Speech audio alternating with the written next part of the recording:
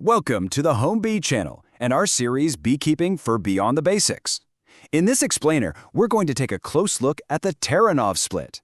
It's an elegant method for swarm control, one that's designed to work with a bee's natural instinct rather than against it, ultimately preventing the loss of a colony. One of the fundamental challenges in beekeeping, as you know, is managing the swarm impulse. On one hand, you have a natural swarm, which is essentially an uncontrolled loss of your workforce and your honey production.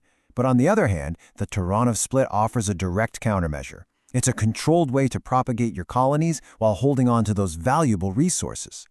To really execute this technique effectively, you first have to understand the why behind it, the biological mechanism that makes it all possible. So let's start there. This brings us to our first section, the science of the split.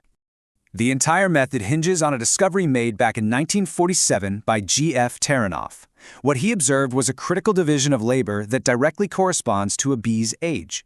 You see, the older, experienced bees are foragers. They're the flyers, and they are oriented to their home. The young nurse bees, however, are walkers. They haven't performed their orientation flights yet. The Taranov split exploits this very specific difference in flight memory. All right, so now that we've established the theory, let's move into the practical application. Our next section covers the necessary equipment and setup. At the heart of this entire setup is the Taranov board. It has three essential components. First is the landing sheet, which provides a surface for all the bees you'll be displacing. Second, you have the ramp, which gives the non-flying bees a path forward. And third, and this is the functional core of the whole apparatus, is the air moat. And this dimension right here is the most crucial detail.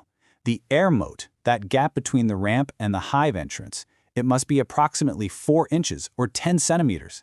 That distance is simply too great for the nurse bees to cross on foot, but it's easily flown by the foragers. This dimension is absolutely non-negotiable for the split to succeed. With the equipment correctly configured, we can actually begin the split. This brings us to the step-by-step execution of the process itself. Step 1 is the displacement of the colony. You'll systematically remove each frame and shake the bees onto the landing sheet. Now, a critical warning here. If you come across frames containing delicate queen cells, you should not shake them. Instead, you'll want to gently brush the bees from these specific frames to protect those developing queens. Step 2 is the migration. And at this stage, instinct completely takes over. The older foragers will fly across the air moat, returning directly to the hive. At the same time, the younger nurse bees and the queen, who aren't yet oriented for flight, will begin to march up the ramp. This whole separation process generally takes about 1 to 2 hours to complete. This brings us to the final step in the separation, cluster formation. Unable to cross the air moat, the queen and the young nurse bees will gather together underneath the Taranov board.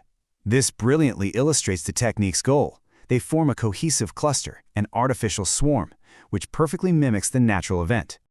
And with that, the process is complete. The result is the successful division of one strong hive into 2 distinct, viable colonies. So let's analyze the outcome.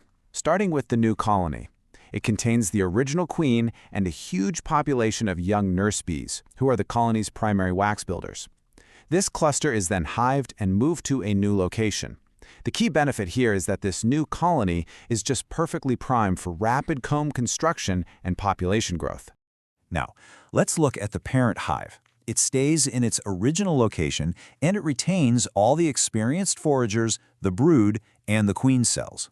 The hive will now simply raise a new queen from these cells, which effectively eliminates that original swarm impulse. This brings us to a final practical consideration. Is this method really worth the significant effort? Well, the pros are clear. It's an incredibly effective prevention for swarm loss, it is highly educational, and it creates a vigorous new colony. The cons, however, are that it is labor-intensive and it requires specific conditions, namely warm weather and a good nectar flow. Mastering your apiary requires a deep understanding of bee biology. Here at the Home Bee channel, we're dedicated to being your resource for these advanced beekeeping techniques. To support our work and continue elevating your beekeeping skills, please subscribe to the Home Bee channel. Thank you for watching.